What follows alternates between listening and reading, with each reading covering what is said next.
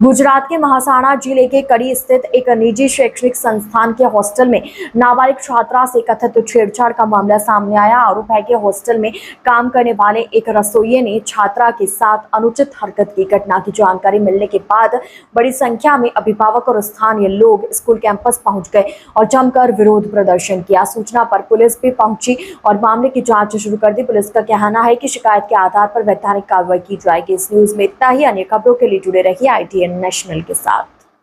दादा आपનું નામ શું? प्रमुख अंबालाल करसनदास पटेल। કઈ સ્કૂલ છે?